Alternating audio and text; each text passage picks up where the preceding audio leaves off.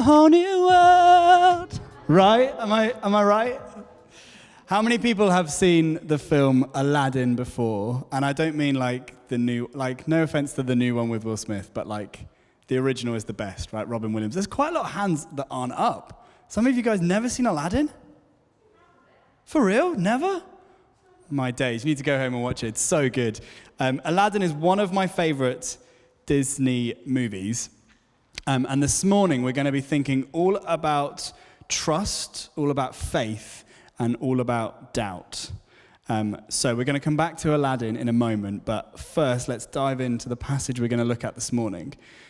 If you've got a Bible on your phone, you can open it up, but we're going to put it on the screens as well. So the passage we're going to look at is John chapter 20, verses 24 to 31. Okay, let me read it. It says this. Now Thomas, also known as Didymus, one of the 12, was not with the disciples when Jesus came. So the other disciples told him, "We have seen the Lord." But he said to them, "Unless I see the nail marks in his hands, put my finger where the nails were, and put my hand into his side, I will not believe." A week later, his disciples were in the house again, and Thomas was with them. Though the doors were locked, Jesus came and stood among them and said, "Peace be with you." Then he said to Thomas, "Put your fingers here, see my hands. Reach out your hand and put it into my side. Stop doubting and believe." Thomas said to him, "My Lord and my God." Then Jesus told him, "Because you have seen me, you have believed. Blessed are those who have not seen and yet believed." Jesus performed many other signs in the presence of his disciples, which are not recorded in this book, but they are written that you might believe that Jesus is the Messiah, the Son of God, and that by believing you may have life in his name. So, as I've said, Aladdin is one of my favorite films. And the scene we watched just now, comes in the middle of the film, and Aladdin asks Jasmine this question. He says, "Do you trust me? Do you trust me?" And her answer, she kind of goes, "What?" And she tilts her head. And the reason she does this is it's this callback to earlier in the film when Aladdin, in his rags, not as a prince, asks her the same question. And so there's this moment where she almost recognizes that it's this street rat she met earlier on in the film, right? But in this scene, Jasmine sees something that is unbelievable. She sees Aladdin step off the balcony, and she says, how are you doing that? How are you doing that? So there's this moment where she sees something that is happening before her eyes. Then Aladdin explains it to her. She has this moment where it's explained to her. He says, well, duh, it's a magic carpet. You've not seen a magic carpet before, right? But then there's even this hesitation as he asks that question, "Do you trust me?" She hesitates. She has to take, even though she's seen it, she's had it explained to her, she can question it. What is this? What is going on here? Do you trust me? She still doesn't quite make the leap onto the carpet. She has to put her words into action. To respond and say, "Yes, I trust you," is not kind of enough in that moment. She responds by saying, "Yes, okay," and she climbs aboard the magic carpet. And the rest is magical, of course, as we know. They go on this romantic date where they fly around the world on the magic carpet and see the fireworks in China. And you've ever watched that scene and thought how weird it is? They literally fly all over the world in like 30-second scene. Anyway, the magic carpet's not that fast. But it's magical. It's magical and it's Disney, and that's allowed. But can you see the layers of trust and doubt that are going on in this short clip? She sees what is happening. She has some explanation given to her about what is happening. It's then confirmed by Aladdin. He says, "Yeah, this is what's going on. It's a magic carpet. Have you not? Duh, come on, magic carpet, get with the times." But even after all of that, she still has to make this leap. She has to move past her doubts and her fears and step onto the magic carpet. And then it's magical. Then she gets to go on this lovely date. I've even put, I'll let you know, I've put a heart-eyed emojis in my notes there, next to magical. Thought you'd enjoy that. So I wonder if you've ever felt like that when you think about your own faith journey. I wonder if you've ever felt like Jasmine in that really short clip. We're thinking at the moment about this theme of disciples. And a massive part of disciples is about the journey. When we talk about disciples in church and we talk about discipleship, I'm sure you might have heard that word before, even if you're not fully sure what you think it means. But so much of it, really, discipleship is just about our journey of faith. It's how do we get from A to B? How do we get from that place where we've never heard of Jesus before to that place where we are laying down our life for him and are following with him with everything we've got? It's all about this journey. And it's all about wrestling with faith and with fear. It's wrestling with trust and with doubt. That's what discipleship is all about. So this morning, we're going to talk a little bit about doubt, and we're going to think a little bit about doubt and trust and faith. So in this morning's passage that we looked at, we see this scene, and just to set some context, this is a passage that churches will often look at this time of year, okay? This comes just after the death and resurrection of Jesus.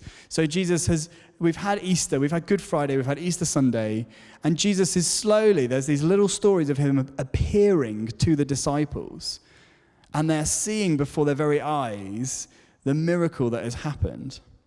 So most of the disciples have seen Jesus at this point, but Thomas is one of the only ones that wasn't there. Thomas was one of the only ones that wasn't there. And so Thomas, they're gathered together in this room, and the disciples have clearly told Thomas, like, no, we're not messing about here. We've seen it for ourselves now. We know Jesus is back. And Thomas is like, no. That is completely unbelievable. Unless I see him and put my fingers through the marks that the nails made, I don't trust what you're telling me. I don't believe it is true. Thomas is having absolutely none of it. You know, he's had it explained to him what has happened. He's had it confirmed by friends around him that he trusts. It's not just like random people saying, yeah, Jesus is back. You've got to believe me on this. This is like the blokes that he's traveled with for the last 3 years. So he has the testimony and the witness of those around him. But for Thomas, he needs to see it. For Thomas, he's like, no. Until I see it myself, I think you're bananas. I don't trust you. I don't believe it's true. I think Thomas is often called Doubting Thomas. Have you heard that before? And I think, like, poor Thomas, right? Like, this is probably like the first time, if you've read a lot of the Bible, yeah, and you know a lot of the stories, Thomas doesn't get mentioned very often, right? He's not like a main disciple. He's not a main character. He's like subplot character. And poor Thomas, like, this is like the only story that he really gets to be the center of. And poor Thomas is just Doubting Thomas. And it's like a phrase in society now to be a Doubting Thomas, right? Like, poor Thomas. I think that's not fair. Poor Thomas has been journeying with Jesus for 3 years at this point. He's been probably put in all sorts of like sticky situations, seen all sorts of miracles, has had all sorts of moments where he's put his faith to the test, right? And poor Thomas gets just called Doubting Thomas for this one moment here. Anyway, poor Thomas. I've lost my place in my notes now. So I think Thomas gets a bad rap. All he's asking for is evidence, right? He wants some evidence. He wants to say, no, I just want to see this for myself. And I think what we can learn from this passage is how Jesus responds to Thomas's questions, how Jesus responds to Thomas's doubts and Thomas's fears and Thomas's questions. So at verse 27, Jesus says this. So Jesus appeared to them in this room, and he says, put your fingers here, see my hands. Reach out your hand, put it into my side. Stop doubting and believe.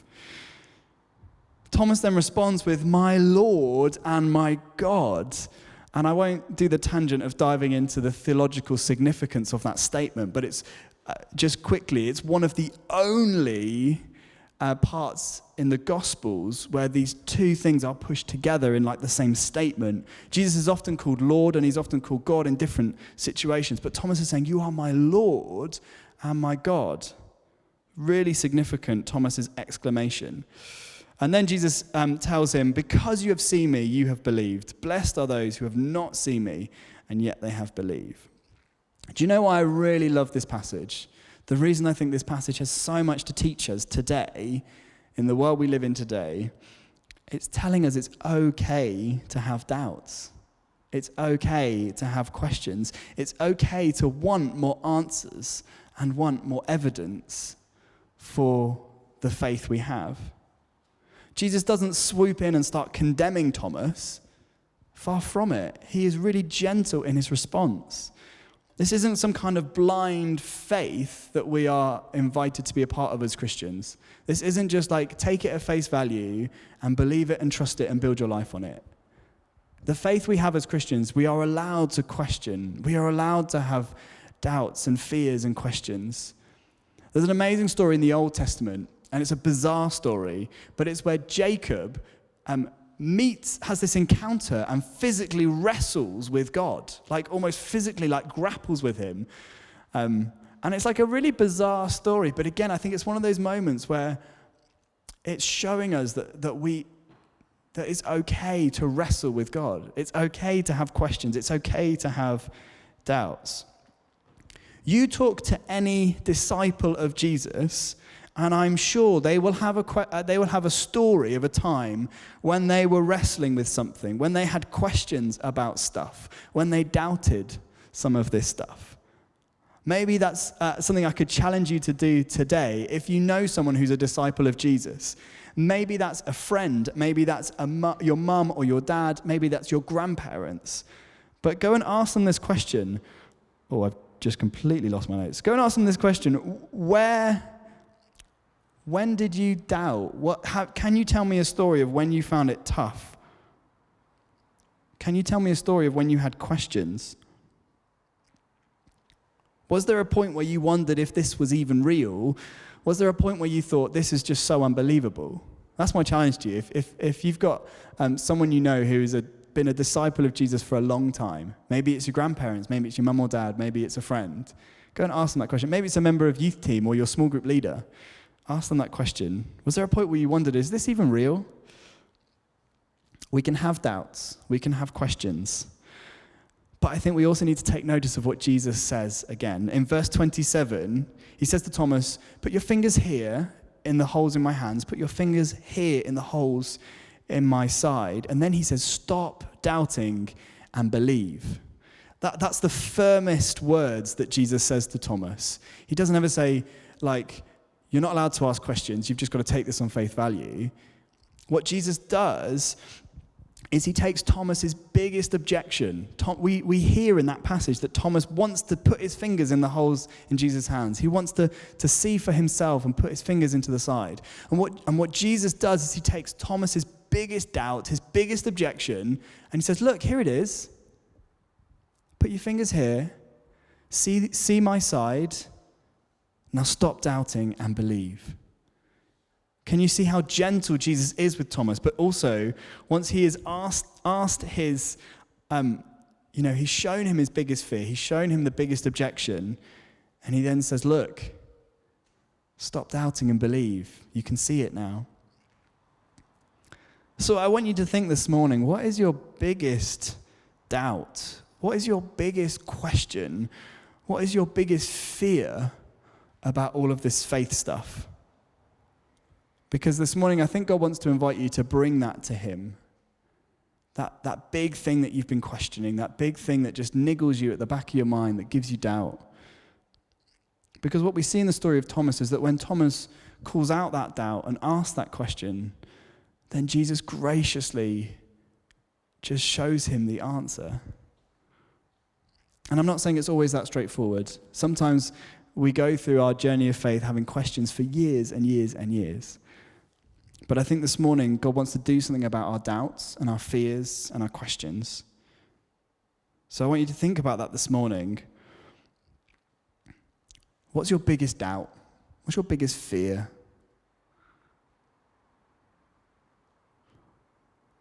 What's the thing that when you say, Lord, I just don't know about this because of X, Y, Z?